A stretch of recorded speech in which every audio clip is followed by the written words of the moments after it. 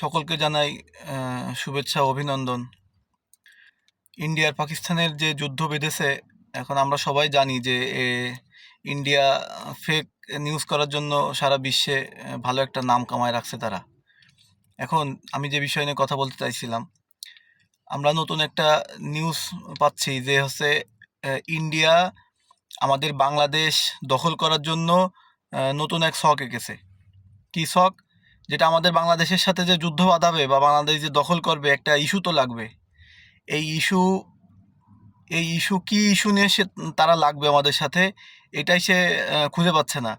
এজন্য পাকিস্তান কাশ্মীর নিয়ে নতুন এক গণ্ডগোল শুরু করছে। এখন এই গণ্ডগোল যদি শুরু হয়, তাহলে পাকিস্তানের সাথে গ্যাঞ্জাম করার পরে ওরা হেরে যাবে।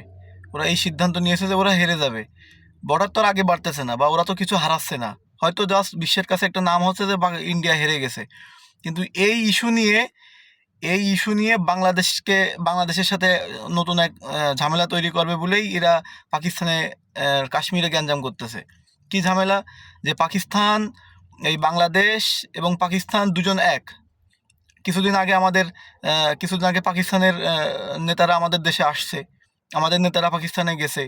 এই একটা ইস্যু নিয়ে আমাদের বাংলাদেশ দখল করার একটা সিদ্ধান্ত নিচ্ছে ইন্ডিয়া।